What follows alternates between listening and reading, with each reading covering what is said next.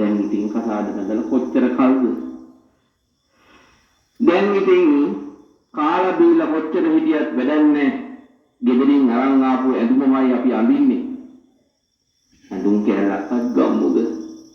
අල්ලපු ගෙදර කට්ටිය එහෙමයි. බලන්නකෝ මමත් එක්ක ඒ අල්ලපු ගෙදර කතා බහ කරන අක්කගේ කරේ කනේ බේරෙන්න බැරි වුණා. හරිම කරච්චලයක් පටන් ගත්තා. කන්නේ බොන්නේ නැතුව අඳින්නේ නැතුව එක ඇඳුම ඇඳගෙනයි කියලා මුළු ජීවිත කාලෙම ජීවත් වෙමු මගේ ආදරේද තෝරගන්නේ නැද්ද කියලා ප්‍රශ්නේ දාලා මේ තරුණයා එක්ක ආවාහ වෙලා විවාහ වෙලා ආපු මේ කාන්තාව දැන් වද දෙනවා. දැන් කරදර කරනවා. ඇයි? තමන්ගේ සමාජයේ හොඳට අනිත් අය වගේ ජීවත් වෙන්න ආසාව අනිත් අයගේ අදහස් වලින් වර්ධනය කරගත්තා. මේ කොල්ලට හරි කරදරයි. මොකද කොල්ලා කරේ? හරි කේන්ති කරන්න දෙයක් නැහැ. ටික කාලයක් ගත වෙනකොට පින්වත්නි දෙන්න දෙකල් අතරේ මෙන්න මේ කාරණාව නිසා ප්‍රශ්න ඇති වුණා. ඒ ප්‍රශ්න ඇති වෙනකොට මේ කාලය තුල මගේ තථාගත ලෞතුරා භාග්‍යවත් බුදුහාමුදුරුවෝ මොකද කරේ? මෙන්න මේගොල්ලෝ ජීවත් වෙන මේ ගමේ පන්සලට විහාරස්ථානයට වැඩම කරලා ධර්ම දේශනාවක් පවත්වන්නට.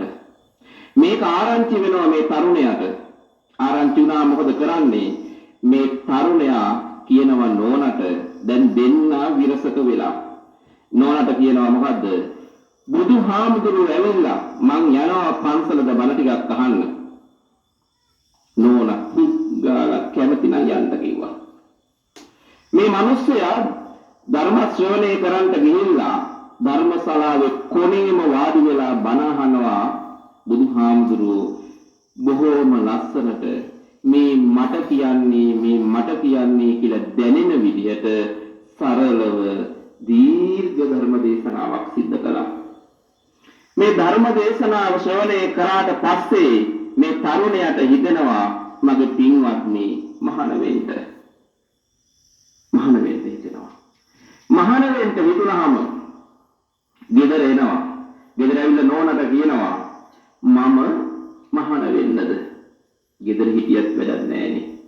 ඇඳුමක් අරන් දෙන්න බැරි නම් නේ? කෑම ටිකක් හරියට රසට කන්ට දෙන්න බැරි නම් ඉතින් මහාන උනත් එකයි නැති උනත් එකයි කිව්වා. ගිහිල්ලා මහාන උනා. මෙයා ගෙදරින් නෝන අවසර දුන්නා. ගිහිල්ලා මහාන උනා. මහාන වෙලා දැන් මාස 6ක් විතර ගත වුණා. මාස 6ක් විතර ගත වුණාම මේ නෝනට හිතෙනවා පන්සල පැත්තේ ගිහිල්ලා මහත්ය බලලා ආවනම් කියලා. මෙයා යනවා එක දවසක් පන්සලට. ගිහිල්ලා ඉවර වෙලා වටපිටේ බලනවා ලස්සන හාමුදුරුවෝ. හාමුදුරුවෝ කොහොමද ලස්සනයිනේ. ඒ හරි සැනසීමෙන් ඉන්නේ. දුක කරදරයක් නැහැ. නේ? අපිට මොන කරද? මේකේ තියෙන සැප දක්වනවා. ඔය ඉන්න ඔක්කොම මහාන වෙනවා. බොරුද? මේකේ තියෙන සැප දන්නවනම් ඔය ඔක්කොම මහාන වෙනවා. පුදුම සැපක් තියෙන්නේ. ඇයි? ඒ සැප ඒ තරම්ම වටිනවා. ඒ සැප ඒ තරම්ම වටිනවා. ඇයි ඒ වටින්නේ? අපිට තියෙන සැප මහානකම තුල බුදුහාමුදුරුවෝ කොයිතරම් විදිහට අපිට පැහැදිලි කරාද? කොයිතරම් දුරට පැහැදිලි කරාද? බලන්නකෝ. හංසයේ තටු දෙක විතරයි හංසයට බර. වෙන කිසි බරක් නැහැ. ඒක නිසා අපිටත් එහෙමයි. අපේ පන්සලේ දොර වහලා දැරලාද අපිට වැඩක් නැහැ. මම දැන් ගාලු ගියහම ආයි කෝල් එකක්වත් දීලා තියනවද නැද්ද කියලා අහන්නෙත් නැහැ. මට මොකටද? මම යනකොට අරයන්ට ඒ ගෙදර ඔයාලා කොහේ හරි යනකොට අල්ලුත් ගෙදරට කියලා යන්නේ නැද්ද චුට්ටක් බලපන්. අපේ ගෙදර ගියා මං සතියක් එන්නේ නැහැ කියලා. කියලා යන්නේ නැද්ද? යනවා. ඊළඟට සතියකින් එන්න බැරි නම් ළඟ ගෙදරට හරි කෝල් කරලා අහනවා. අපේ ගෙදර පැත්ත බැලුවයි ප්‍රශ්නයක් නැහැ. ඇයි බැඳීම සැනසීමක් නැහැ. අපිට සැනසීමයි. ඇයි අපේ බැඳීමක් නැහැ. ඒක නිසා ලස්සනයි. මේ කාන්තාව යනකොට ලස්සන ජම්බෝලිය වගේ ලස්සන හාමුදුරු කෙනෙක් ඉන්නවා. ඉස්සරහට ගිහලා වැඳලා බැලුවා බලනකොට අපේ මහත්තයා නෝනට ආසාවෙ බෑ ලස්සන දැක්කම. නෝනා කියනවා දැන් ඇති මම අයිමත් බනින්නේ නැහැ. ඕක තියලා ගෙදර යන්න. මටත් මේ එන්ට දරුවෙන්ටිය කිව්වා. මමත් කල්පනා කර කර හිටියේ ගෙදර එන්නේ කොයි වෙලාවෙද කියලා. ගෙදර එන්නේ කොයි වෙලාවෙද කියලා. හැබැයි බුදුහාන්ට කියලා යන්න. දැන් යනවා බුදුහාමුදුරුවෝ ළඟට. දෙන්නත් එක්ක ගිහලා වැන්දා. වැන්නලා දැන් පන්සලට ගියාම ඉස්සෙල්ලම මහත්ය නෙවෙයි කතා කරන්නේ. නෝනානේ නේද? ඒ වගේ නෝනා කියනවා මේ මගේ මහත්ය බුදුහාරෝ කියලා මම දන්නවා. මට ගෙදර එක්කයි යන්න ඕනේ. දැන් ඇති මං තවත් මුකුත් කියලා බනින්නේ නැහැ මගේ බුදුහාමුදුරුවනේ. තී හදන්නේ නැවත මේක අපායට ඇදලා දාන්නද කියලා බුදුහාමුදුරුවෝ. එක වචනයක් අල්ලගත්ත මේ කාන්තාව හරි බුද්ධිමත්. අයිමත් අපායට ඇදලා දාන්නද කියන්නේ? හරි මං කියලා දෙන්නම් කියලා. ඔන්න බුදුහාමුදුරුවෝ අතීත කතාව කියනවා. මේක කාලයකට ඉස්සෙල්ලා ඔබ දෙදෙනා මේ විදිහටම ආදරෙන් වෙලිලා බැඳිලා හිටියා. අන්නේ ආදරෙන් වෙලිලා බැඳිලා ඉන්නකොට මේ භවයේ වගේම ඔබලා විවාහ වෙලා ගෙදරකට. ඒ නගරේ ඒ කාලේ මහා සැනකෙලියක් තිබුණා. දැන් ওই ජහුට වගේ. මේක බලන්නේ අන්ත ඔය කාන්තාවට බිරිඳට ආස වෙනවා. ආස වෙලා කියනවා මට මේ සැනකෙලිය බලන්ට යන්න ඕන. හරි මම එක්ක යන්න. එහෙම බෑ. මගේ කොන්දේසි තියෙනවා. මොනවද කොන්දේසි? එක මට රතු පාට දිගේ ලස්සන ගවුමක් ඕන. මම අරන් දෙන්නම්. මට ඔබේ අතේ නිලා ඔබට තුරුන් වෙලා පාර යන්න ඕන. හරි මම මගේ අතේ එල්ලගෙන අරන් යන්නම්. ඒවත් එහෙම මට කුසුම්බ මල් මාලයක් ඕන කරේ දාගෙන යන්න. දෙයියනේ ඒක නම් බෑ. ඇයි? කුසුම්බ මල් තියෙන්නේ රාජකීය උද්‍යානයේ ඒව කඩන්න තහනම්. මායම් 64යි කාන්තාවට. මේ භවේත් මායම් දාලා මේ තරුණයා විවාහ කරගත්තා. කල්පයේ ඉස්සෙල්ලා භවේත් මායමක් පාවිච්චි කරා. මොකද්ද? ගස්සල අනිත් පැත්ත හැරිලා කියනවා. කාය ශක්තිය වීරිය තියෙන පුරුෂයෙකුට රාත්‍රියේ කරන්ට බැරි මොකද්ද? මොකද්ද කිව්වේ? හොරකම් කරපන්. නොකිය කිව්ව හොරකම් කරපන් කියලා බේරෙන්න බෑ. ඔය මහත්තුරු නෝනලා හිත හදන්න කොයිතරම් මහන්සි ගන්නවද බලන්නකො. සමහරු වණින පුතාහක බලන් යනවා. සමහරු නෝන වයින්කොට ගෙයින් එළියට බහලා යනවා.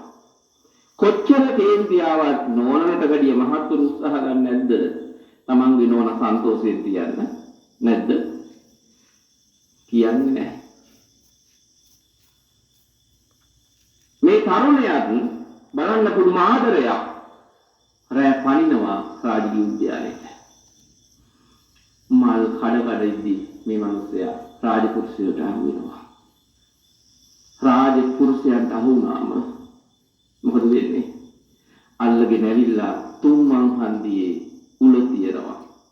මේ උල බණ පොතේ සඳහන් වෙන ආකාරයට යටින් මේ බුදු මාර්ගය ගාව බහැලා මේ හිස්පුදුනේ අඟල් 4ක් විතර උඩට මතුවෙලා හිතන්නකෝ ඔය රූපේ මවාගෙන ඒ උල උඩ ඉඳන් කපුටේ ඇස් දෙකට කොටනවා පන පිටින් ඉන්න මේ තරුණයාට. රාජපුරුෂය ළඟ වෙලා අහනවා හොරකම් කිරීමේ විපාකය දැන් තේරෙනවද?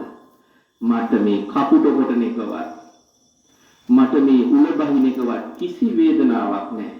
එහෙනම් ඔබට තියෙන වේදනාව මොකද්ද? කුසුම්බ මාලයක් කරේ දාලා රතු ගවුමක් අඳලා මගේ නෝනට සැනකෙලිය පෙන්වන්න බැරි වෙච්ච වේදනාව මට තියෙන්නේ කිව්වා. රාජපුරුෂෝ කන ටිකක් ගහලා තෝ මැරියම් කියලා ගියා. මේ මනුස්සයා මේ උණුඩම මැරිලා කල්පයක් නිරේණි දුක් විඳලා මේ මනුස්ස ජීවිතයට ආවා. ඒ ආපු වෙලාවේ බුදුහාමුදුර අහනවා තී හදන්නේ නැවතත් කල්ප ගානක් මේක ඇදලා දාන්නද? අන්න එදා මගේ තථාගත ලෝතුරා භාග්‍යවත් බුදුහාමුදුරුවෝ බණ කියනවා මේ දෙන්නට කොහොමද හදාගන්න හිත හදාගන්න. ඔබට මේ කල්ප ගණනාවක් හිත හදාගන්න බැරි වුණා. ඒක නිසා ඔබ හිත හදාගන්න ගමන් ජීවිතය තුළ සිල්වත්ව ජීවත් වෙන්න. අන්න අපේ ඇඟ නිර්මාණය කරන්නේ මගේ රත්තරන් පින්වත්නි මෙන්න මේ සීලයයි. ඒක නිසා සිල්වත් වෙන්නේ කොහොමද කියන කාරණාව මගේ තථාගත ලෝතුරා භාග්‍යවත් බුදුහාමුදුරුවෝ මේ කාන්තාවටයි මේ හාමුදුරුවන්ටයි පැහැදිලි කරලා දෙනවා. කොහොමද සිල්වත් වෙන්නේ? කොහොමද සිල්වත් වෙන්නේ? ආර්ය අෂ්ටාංගික මාර්ගයේ කරුණු කාරණා තුනක් සීලයට අයත් වෙනවා. සීලයට අයත් වෙන කරුණු තුන මොකද්ද? දහම් පාසල් ගිහපු අය ඉන්නේ ඈ කියන්න උපදවල සිල් ගන්න නැද්ද? සිතකයි එක්කෙනෙක් සිල් ගන්න නැහැ නැද්ද? හෙට අමලංගනමින් අහන්න ඕන එක්කෙනෙක් පන්සලේ සිල් ගන්න නැද්ද කියලා. සීලයට වැටෙන්නේ කාරණා තුනයි මොනවාද? සිතකයි වචන. දෙක තුන මොකද්ද? සිතකයි වචන. ඈ සම්මා වාචා සම්මා කම්මන්ත සම්මා ආජීව. ඔය තුන විතරයි. බුදුහාමුදුරුවෝ පැහැදිලි කරනවා මොකද්ද? එක සම්මා වාචා වචනේ යහපත් කරගන්න ඔබට දුගතිය ලැබෙන්නේ නැහැ. බොරුව කියලා මිනිස් වචනේ පරුස වචනේ කියන්න එපා කිව්වා. ඇත්තම කතා කරන්න කිව්වා. ඔබ ඔන්න කය වචනේ සංවර කරගත්තා කිව්වා. බුදුහාමුදුරුවෝ වැරදි දෙකක් කරේ නැහැ. සසර ජීවිතේ දෙකක් මොකද්ද? බොරු කිව්වේ නැහැ. බලන්නකෝ දවස් 3-4 මිනිස්සු පාර දිගේ අද ඇයි දවදා වහන්සේ බලන්න. ඇයි සසර බොරු නොකියපු එකේ ආනිසංස. දන්ත ධාතුන් වහන්සේ බලන්ට තප්පරයක් විතර රැඳෙන්න දෙන්නේ නැහැ. වැඩගෙන වටේ ගිහිල්ලා බහැලෙන්න දවස් ගාණක් පොරකනවා. එක අඩියක් ඉස්සරහට යන්න බෑයි. තථාගත වහන්සේගේ දන්ත ධාතුන් වහන්සේට ඒ තරම් ගෞරවයක් ඒ තරම් බොහොමනක් ලැබෙන්නේ සසර පුරාවට කවදාවත් බොරුව තථාගත මුනින් බෝධිසත්ව කාලේවත් නොකියුණ නිසා. අපි බුදුහාමුදුරුවෝ කියනවා බොරුව කියලම හිස් වචනය පරුස වචනේ කියන්න එපා. ඔබේ වචනේ යහපත් වෙනවා. ඊළඟට සම්මා කම්මන්ත. මොකද්ද සම්මා කම්මන්ත කියන්නේ? නිවැරදියාව. සම්මා කම්මන්ත කියන්නේ මොකද්ද? යහපත් කර්මාන්ත මොනවාද බුදුහාරු කියපු?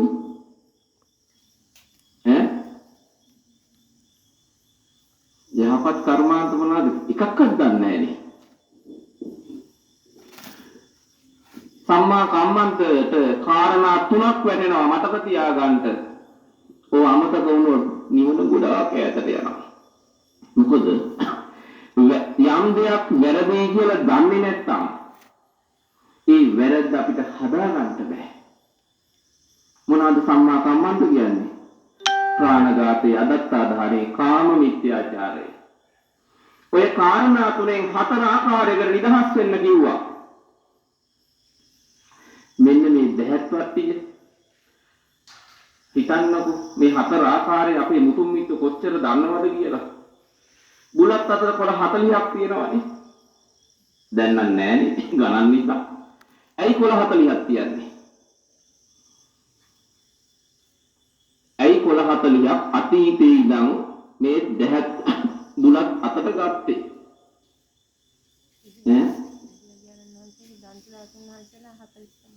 ඇහෙන්නේ. ඇයි කොළ 40ක් බුලත් අතට ගන්නේ? දස අකුසල් බුදුහාමුදුරුවෝ පැහැදිලි කරපු හතර ආකාරයෙන්ම නිදහස් වෙලා දස කුසලය මම රකින්නවා කියලා සංකේතයටයි අතීතයේ අපේ සිංහල බෞද්ධ අය කොළ 40ක් එකතු කරේ බුලත් අතට. අද කොළ දෙකක් දෙන්නේ නැහැ. සමහරු බුලත් කොළේ දෙන්නෙත් නැහැ නේ. දෙන්නේ නැහැ නේද? දන්නේ නැහැ. කොළ බුලත් අතට 40ක් තියලා ඇයි දෙන්නේ කියන එකේ අර්ථය දන්නේ නැහැ. දන්නේ නැති නිසා බුලත් දෙන්නෙත් නැහැ.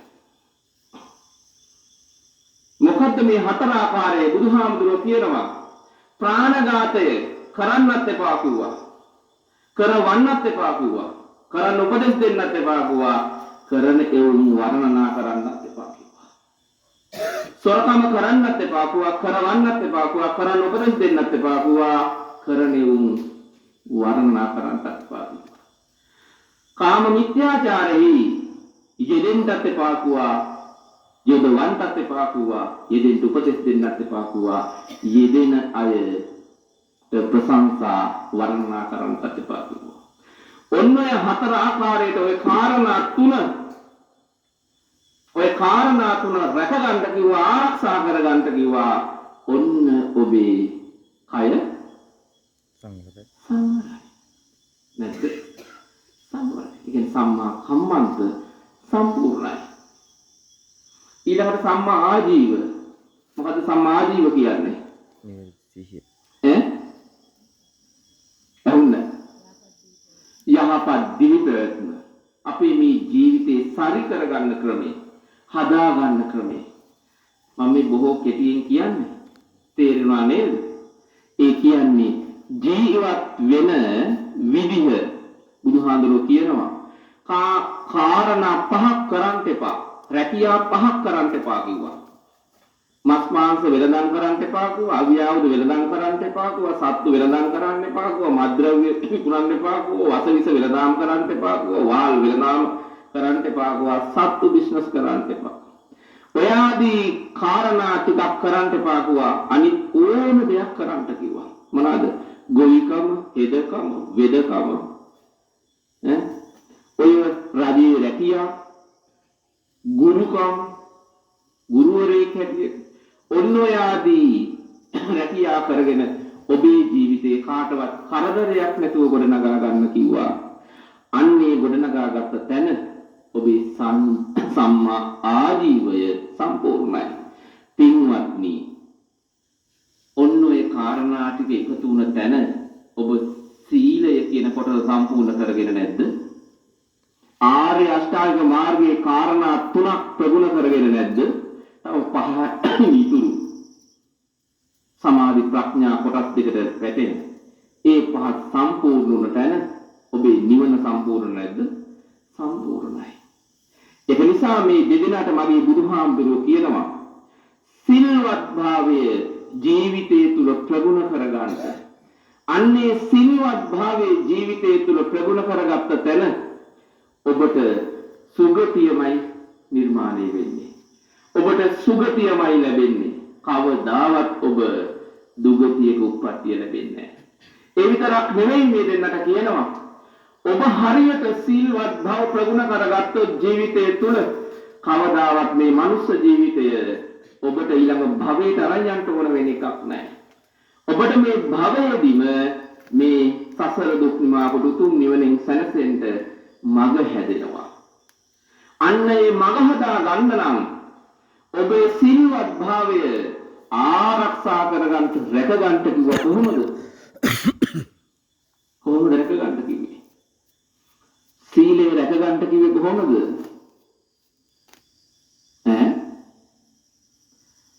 බුදුහාමුදුරුවෝ අංගුත්තර නිකාය පැහැදිලි කරලා තියෙනවා.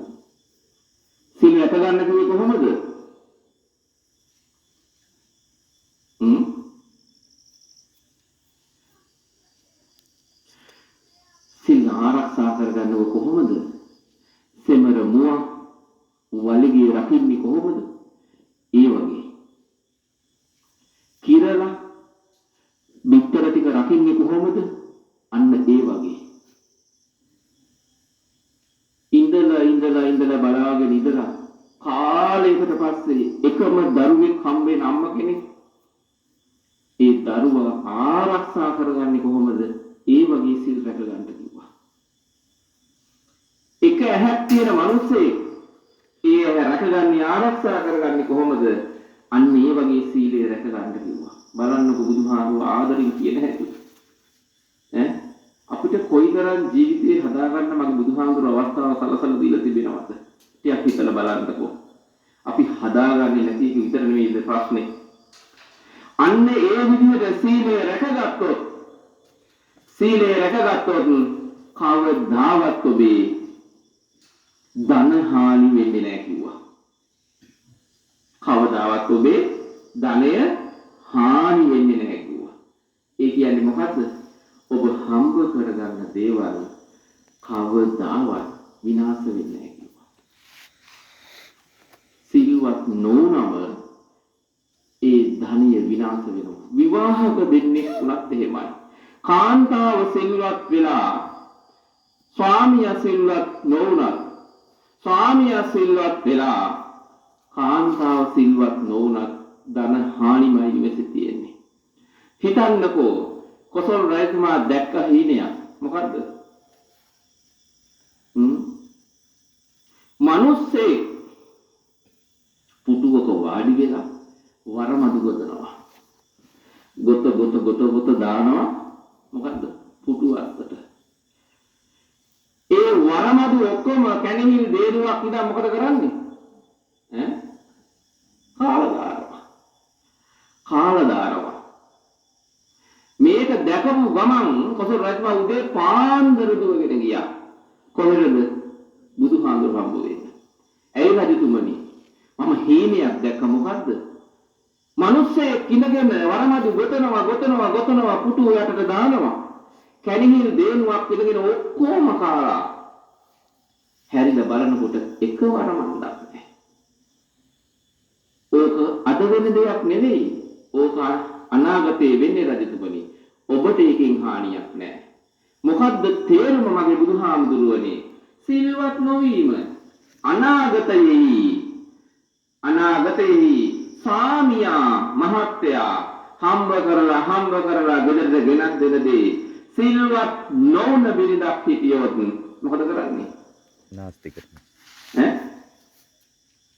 අනියම් සම්බන්ධතාවයක් ගොඩනගාගෙන මහත්යන්ගෙන් ගන්න ඔක්කොම පිටත දෙනවා. මේ තථාගත දේශනාව කොසල් රජුගේ සිහින දාසේ කියවන්න බලන්නකෝ. මේවා කියවන්නේ නැහැනේ. කියවලා බලන්න.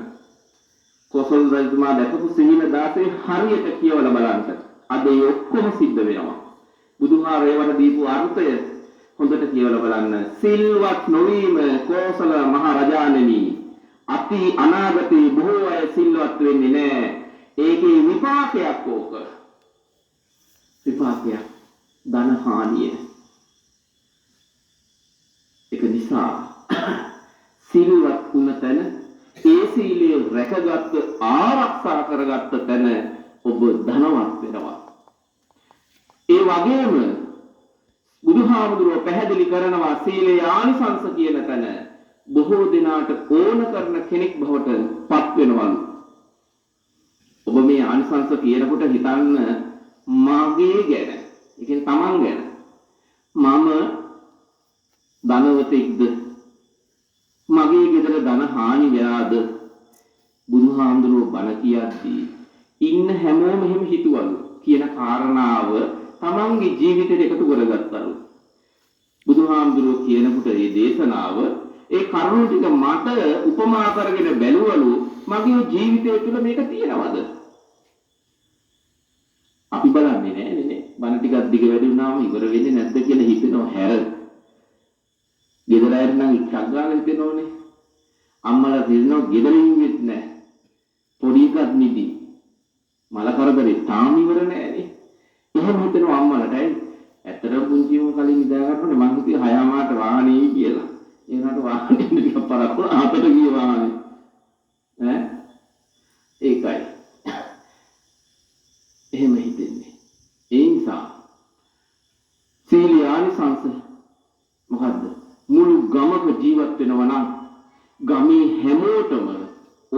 කරන පුජ්‍යලෙක් බවට පත් වෙනවා. ඒ කියන්නේ